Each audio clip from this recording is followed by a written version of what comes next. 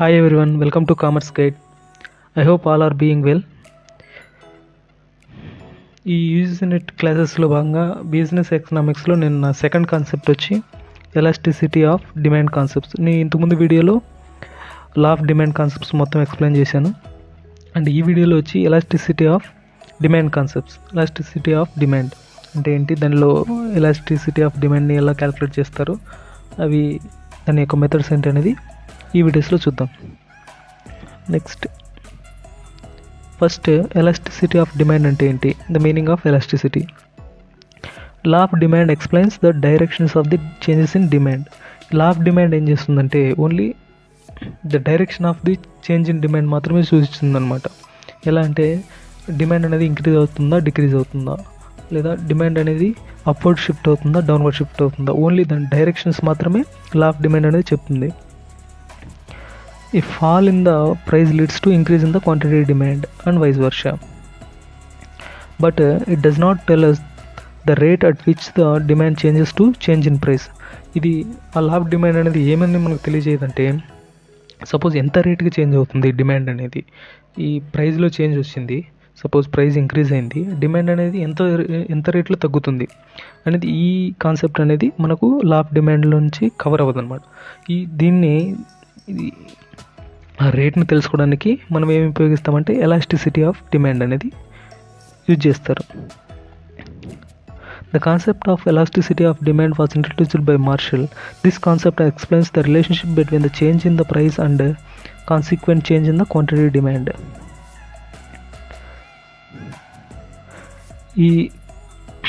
ఈ విధంగా ఎంత రేట్ అయితే చేంజ్ అవుతుందో, డిమాండ్ ఎంత రేటు చేంజ్ అవుతుందో తెలుసుకోవడానికి ఈ కాన్సెప్ట్ ఆఫ్ ఎలాస్టిసిటీ అనేది ఉపయోగపడుతుంది. దీన్ని మార్షల్ ఇంట్రొడ్యూస్ చేశారు. ఈ మార్షల్ ప్రకారం ఏంటంటే, this concept explains the relationship between the change in price and consequent change in the quantity demand. ఎంత రేట్, సపోజ్ ఎంత చేంజ్ అయితే ప్రైజ్లో, దాని యొక్క కమాడిటీ యొక్క సర్వీస్ యొక్క ప్రైజ్లో ఎంత చేంజ్ అయితే వచ్చిందో దానికి అనుగుణంగా ఎంత క్వాంటిటీ డిమాండ్ అనేది చేంజ్ అయింది, ఈ కాన్సెప్ట్ ప్రకారం మనం తెలుసుకోవచ్చు అనమాట. It shows that the rate at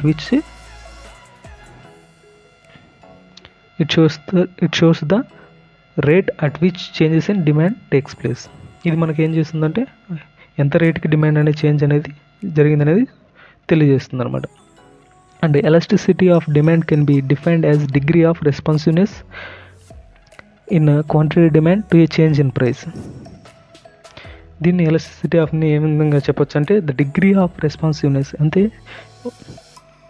ఒక amount of change in price అనేది, ప్రైస్కి ఎంత డిగ్రీ అయితే చేంజ్ అయింది, ఎంత డిగ్రీ ఆఫ్ రెస్పాన్స్ అనేది క్వాంటిటీ డిమాండ్లో చేంజ్ అయింది అనేది ఎలాస్టిసిటీ ఆఫ్ డిమాండ్ అనేది తెలియజేస్తుంది అనమాట. That's it it represents the rate of change in quantity demand due to change in price. Here the mainly 3 types of elasticity of demand. ఈ elasticity of డిమాండ్ని define చేయడానికి, తెలుసుకోవడానికి, maybe calculate చేయడానికి మనకు 3 methods అనేది ఉన్నాయన్నమాట. 3 types of elasticity of demand అనేవి ఉన్నాయి. ఒకటి ఫస్ట్ వచ్చి price elasticity of demand, income elasticity of demand and cross elasticity of demand. ఈ 3 కాకుండా ఇంకా ఉన్నాయి, అడ్వర్టైజ్మెంట్ ఎలాస్టిసిటీ అండ్ ఇంకా ఎక్స్పెండిచర్ అవుట్లే ఎలాస్టిసిటీ ఆఫ్ డిమాండ్. ఈ బేస్ చేసుకొని ఇంకా కొన్ని మెథడ్స్ అనేవి ఉన్నాయి. అండ్ ఫస్ట్ ఈ వీడియోలో ప్రైస్ ఎలాస్టిసిటీ ఆఫ్ డిమాండ్ అనేది తెలుసుకుందాం. What is price elasticity of demand? Price elasticity of demand measures the change in quantity demand due to A change in price. Same ఒక ప్రైస్లో చేంజ్ ఎంత అయితే రావడం వల్ల ఎంత క్వాంటిటీ ఆఫ్ డిమాండ్ అనేది చేంజ్ వచ్చిందని తెలుసుకోవడానికి మనకు ప్రైస్ ఎలాస్టిసిటీ ఆఫ్ డిమాండ్ అనేది యూజ్ చేస్తాం. It is the ratio of percentage change in quantity demand due to the change in percentage change in price. This can be measured by the following formula. ఈ price elasticity యొక్క formula ఏంటంటే, proportionate change in quantity demand by proportionate change in price. ఎంత ప్రొపోర్షనేట్గా change in price అయిందో దాన్ని proportionate change in quantity demand divided by proportionate change in price. ఇది price elasticity యొక్క formula. And దీన్ని ఇంకో విధంగా ఏంటంటే, change in demand, change in quantity demand by quantity demand, change in price by price. ఇది ఒక ఫార్ములా. అండ్ దీన్ని న్యూమరికల్గా ఎలా చూస్తానంటే EP is equal to Q2 minus Q1 divided by Q1.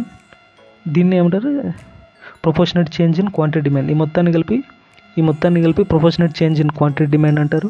అలాగే P2 minus P1 divided by P1, దీన్ని proportionate change in price.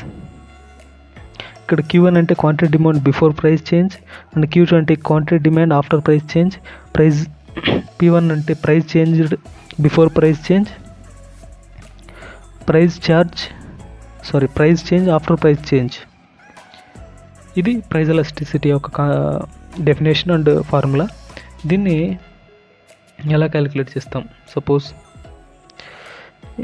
దీన్ని base చేసుకొని మనము డిమాండ్ని క్వాంటిటీ ఆఫ్ డిమాండ్ని ఎలా డిఫైన్ చేస్తామంటే, సపోజ్ ఫర్ ఎగ్జాంపుల్ నేను దీనికి ఎగ్జాంపుల్గా సపోజ్ 10 రూపీస్ దగ్గర మనము ఒక 10 రూపీస్ ప్రైస్ దగ్గర దీన్ని P1 అనుకుందాం. 10 రూపీస్ ప్రైస్ దగ్గర 2 క్వాంటిటీ డిమాండ్ Q1 వచ్చి 2 అనుకుందాం. దాని యొక్క ప్రోడక్ట్ యొక్క ప్రైస్ 10 రూపాయలు అయితే దాని యొక్క డిమాండ్ 2 ఉన్నాయి. అలాగే ఈ ప్రైస్ని మనము 5 రూపీస్ తగ్గిస్తే ఆటోమేటిక్గా ఏమైంది, ఈ క్వాంటిటీ అనేది 4కి పెరిగిందనమాట. ఎందుకంటే ప్రైస్ తగ్గించాను కాబట్టి దీన్ని P2 అనుకుందాం. క్వాంటిటీ డిమాండ్ ఏమైంది, రైజ్ అయిందనమాట, దీన్ని Q2 అనుకుందాం. సపోజ్ ఈ ప్రైస్ ఎలాస్టిసిటీ ప్రకారము నేను ఎంత చేంజ్ చేశాను, ఆటోమేటిక్గా 50% చేంజ్ చేశాను. అంటే 10 to 5 వచ్చేతలకి 50% నేను ప్రైస్ని తగ్గించాను. ఆటోమేటిక్గా ఇక్కడ ఏమైంది, 100% అనేది చేంజ్ వచ్చింది. అంటే 2 to 4 దాదాపు ఇంకో ఎక్స్ట్రా 2 ప్రోడక్ట్స్ 2 క్వాంటిటీ అనేది యాడ్ అయింది. అంటే మ్యాక్సిమం 100%. దీన్ని క్యాలిక్యులేట్ చేయడానికి అంటే ఇక్కడ నేను 50% నేను ప్రైస్ తగ్గించడం వల్ల ఎంత రేట్లో క్వాంటిటీ అనేది పెరిగింది, దీన్ని క్యాలిక్యులేట్ చేయడాన్ని ప్రైస్ ఎలాస్టిసిటీ ఆఫ్ డిమాండ్ అంటారు. అంటే ఇక్కడ 100% అనుకో, సపోజ్ 100% ఇంక్రీజ్ అయినాయి అనమాట. యాక్చువల్గా 10 రూపాయల దగ్గర 2 కొనేవాడు, 5 రూపీస్ దగ్గర 4, అంటే అప్రాక్సిమేట్లీ డబుల్ అయిందనమాట. అంటే 100 ఇంక్రీజ్ అయింది, 100%. ఇక్కడ దీన్నే మనం ప్రైస్ ఎలాస్టిసిటీ అంటారు. ఈ ఫార్ములా ప్రకారము ప్రైస్ ఎలాస్టిసిటీ ఎంత వస్తుందంటే Q1 వచ్చి Q2 వచ్చి 4 minus 2 Q1 divided by 2 total divided by P2 వచ్చి 5 డివైడెడ్ బై 10. సారీ, క్లియర్ చేస్తాను ఫస్ట్. P2 వచ్చి 5, ఇది 4 Q2 అనుకుంటే దీని ప్రకారం 4 minus 2 divided by 2 divided by 5 minus 10 divided by 10.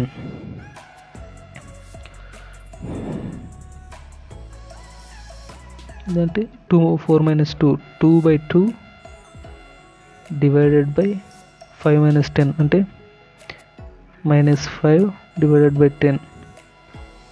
5 1 5 2 ఇక్కడ 2 క్యాన్సిల్ అయిపోతే 1 డివైడెడ్ బై మైనస్ 1 by 2 అంటే దీనికి వచ్చి టోటల్ 2 వస్తుంది అనమాట. ఈక్వల్ టు -2 అవుతుంది. ఇది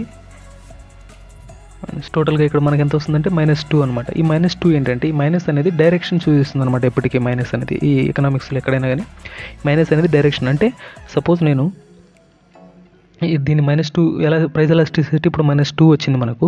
దీని ప్రకారం ఏంటంటే ఫర్ ఒక్క యూనిట్ సపోజ్ 1% చేంజ్ చేశాను అనుకోండి, ఈ ప్రైస్లో 1% నేను తగ్గించాను. ఇక్కడ 1% తగ్గించడం వల్ల ఇక్కడ ఏమైందంటే డిమాండ్ అనేది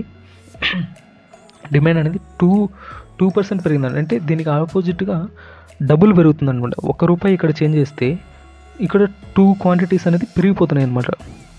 1% ఇక్కడ చేస్తే ఇక్కడ ఏమవుతుంది 2% చేంజ్ అవుతుంది. అది ఎట్లా అంటే నెగిటివ్ డైరెక్షన్, మైనస్ అంటే నెగిటివ్ డైరెక్షన్ అనమాట. అంటే నేను ప్రైస్ అనేది తగ్గించాను, డిమాండ్ అనేది 2% పెరుగుతుంది. అందుకు ఆపోజిట్ డైరెక్షన్ ఉంది. ఈ డైరెక్షన్ వల్ల మనకి ఏమొస్తుందంటే నెగిటివ్ వస్తుంది ఎప్పుడు కూడా ప్రైస్ ఎలాస్టిసిటీ ఆఫ్ డిమాండ్లో.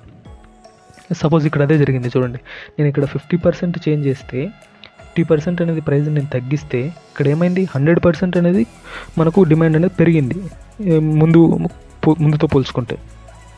దీన్ని మనము ప్రైస్ ఎలాస్టిసిటీ ఆఫ్ డిమాండ్ అనేది దీన్ని ఈ విధంగా క్యాలిక్యులేట్ చేస్తాం. అండ్ దీని యొక్క there are 5 types of price elasticity of demand. Degree of elasticity of demand such a perfectly elastic demand, degree of elasticity of demand ని 5 types లో మనం చూస్తాం అనమాట. ప్రైస్ ఎలాస్టిసిటీని there are 5 types of price elasticity of demand. Price elasticity of demand అనేది 5 types ఉన్నాయి. దీని degree of elasticity కూడా అంటారు. సచ్ యాజ్ అవి ఏంటంటే perfectly elastic demand, perfectly inelastic demand, relatively elastic demand, relatively inelastic demand and unitary elastic demand. ఈ విధంగా మనకు five types of price elasticity of demands అనేవి ఉన్నాయి అన్నమాట. పర్ఫెక్ట్లీ ఎలాస్టిక్ డిమాండ్ అంటే ఏంటంటే when a small change in price leads to infinite change in quantity demand, it is called perfectly elastic demand. In this case the demand curve is horizontally straight line as given below. అంటే ఏంటంటే మనము ఈ demand కర్వ్లో చూపించినట్టు small change in price అంటే minute change, ఒకవేళ మన previous ప్రైస్కి minute change చేసినా కూడా ఈ డిమాండ్ అనేది ర్యాపిడ్లీ చేంజ్ అవుతుందన్నమాట. అంటే ఇన్ఫినిట్గా చేంజ్ అవుతూ ఉందన్నమాట.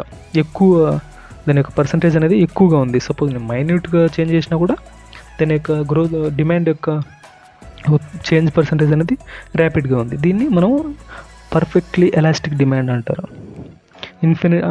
పర్ఫెక్ట్లీ ఎలాస్టిక్ డిమాండ్ అది కాక ఇన్ఫినిట్లీ ఎలాస్టిక్. దీని యొక్క డిమాండ్ కర్వ్ ఏంటంటే స్ట్రైట్ లైన్ అంట, ప్యారలల్ టు ఎక్స్ యాక్సిస్ ఉంటుంది.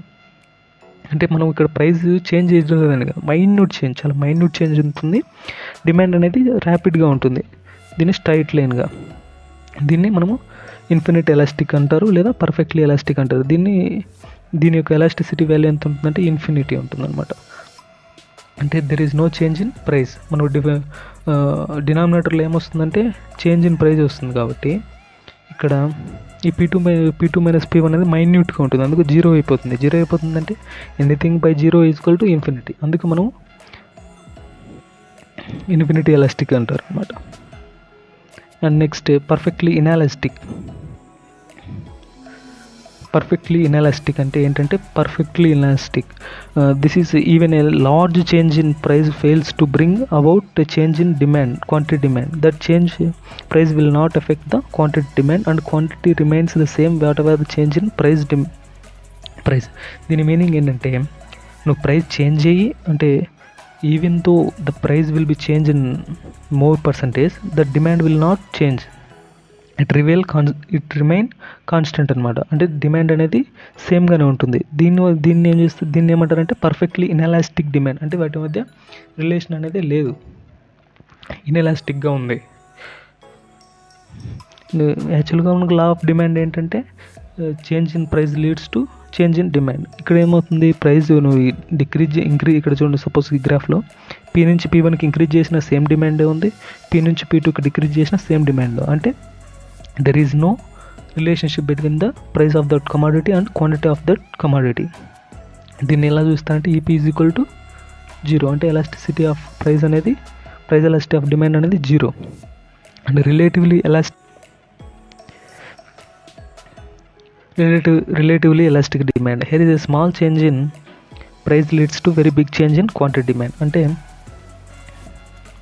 ఇక్కడ స్మాల్ చేంజ్ ఇన్ ప్రైస్ అంటే P నుంచి Pకి చాలా స్మాల్ మైన్యూట్ చేంజ్ ఉన్నా కూడా, మైన్యూట్ కాదండి కొద్దిగా, మైన్యూట్ కాకుండా కొద్దిగా చేంజ్ ఉన్న small change in price will leads to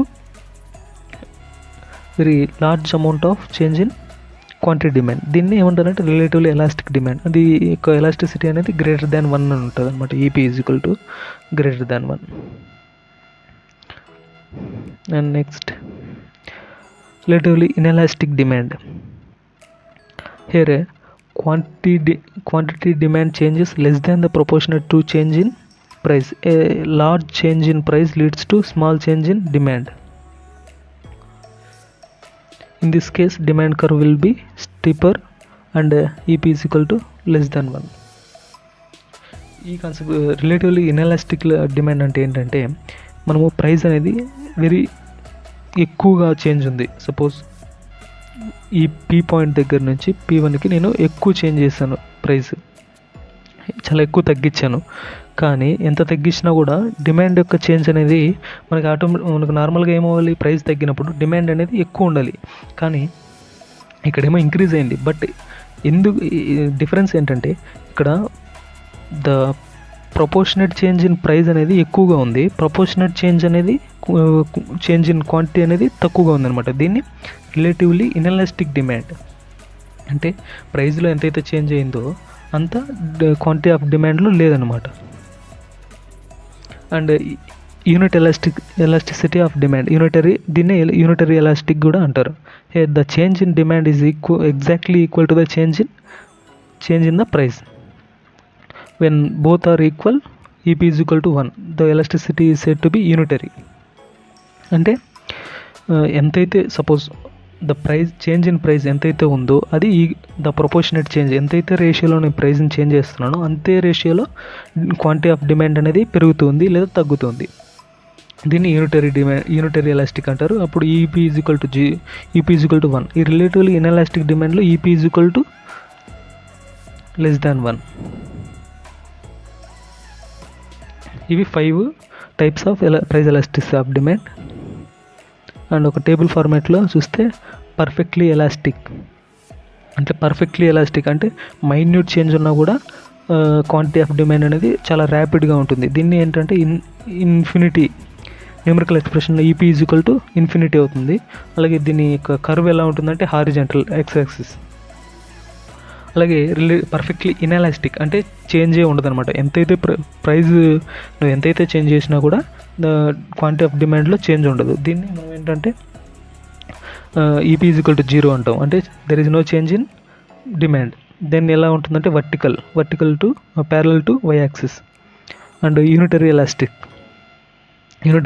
అంటే ఎంతైతే ప్రైస్లో చేంజ్ ఉందో అంతే పోర్షన్ డిమాండ్లో చేంజ్ ఉంటుందన్నమాట. దీన్ని EP ఈజ్ ఈక్వల్ టు 1 అంటారు. దీన్ని న్యూమరికల్గా expression EP is equal to 1. And దీని షేప్ వచ్చి రెక్టాంగిల్ హైపర్బోలా ఉంటుంది. అలాగే relatively shape of the curve వచ్చి రెక్టాంగులర్ హైపర్బోలా. రిలేటివ్లీ ఎలాస్టిక్ అంటే ఎంతైతే చేంజ్ ఉందో సపోజ్ ప్రైస్లో ఎంతైతే చేంజ్ ఉందో దానికంటే కొద్దిగా ఎక్కువగా మనకు క్వాంటిటీ ఆఫ్ డిమాండ్లో చేంజ్ వస్తుందన్నమాట. దీన్ని రిలేటివ్లీ ఎలాస్టిక్ డిమాండ్ అంటే సేమ్ డైరెక్షన్లోనే ఉంది. సో మన చేంజ్ ఇన్ ప్రైస్ సపోజ్ 5% అనుకోండి, క్వాంటిటీ ఆఫ్ డిమాండ్ 10% రైజ్ అవుతుంది. అంటే సమ్ మోర్ అంటే ఎంతైతే చేంజ్ అవుతుంది 5% ఎక్స్ట్రాగా ఇంకో 5% చేంజ్ అవుతుంది. దీన్ని రిలేటివ్లీ ఎలాస్టిక్ డిమాండ్ అంటే మోర్ దాన్ 1. ఇది 5% అయితే ఇది సపోజ్ ఒక 7 అనుకుందాం, ఇది క్వాంటిటీ ఆఫ్ డిమాండ్ 7 అనుకుందాం. అంటే 5% ప్లస్ 2% అంటే 2% ఇంకా ఎక్స్ట్రా ఉంది. అంటే గ్రేటర్ దాన్ 1 చేంజ్ ఉందన్నమాట క్వాంటిటీ ఆఫ్ డిమాండ్లో. దీన్ని మనం రిలేటివ్లీ ఎలాస్టిక్ డిమాండ్ అంటారు. ఇది EP is equal to greater than 1. And దీని యొక్క కర్వ్ ఎలా ఉంటుందంటే ఫ్లాటర్, అంటే ఇంతకుముందు చెప్పుకున్నట్టు ఇలా ఉంటుందన్నమాట. Relatively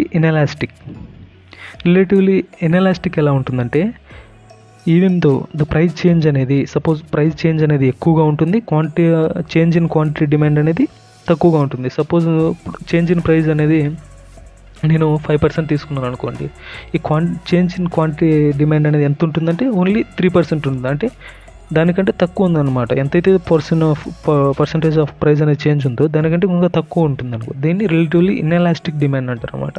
EP is equal to less than 1 ఉంటుంది ఆ సిచ్యువేషన్లో. దీని యొక్క షేప్ ఆఫ్ కర్వ్ ఎలా ఉంటుందంటే స్టీప్. ఇప్పుడు మనం ఫ్లాట్ ఇది అనుకున్నాం కాబట్టి దీనికి స్టీప్ అంటే కొద్దిగా ఇలా ఉంటుందన్నమాట. ఈ విధంగా మనము ప్రైస్ ఎలాస్టిసిటీ ఆఫ్ డిమాండ్ అనేది క్యాలిక్యులేట్ చేసుకొని దాని యొక్క పర్సంటేజ్ ఆఫ్ చేంజ్ అనే డిమాండ్ ఆఫ్ కర్వ్ని రిప్రజెంట్ చేయొచ్చు. And thank you for watching my videos. Please subscribe and share and keep supporting me. Stay home, stay safe.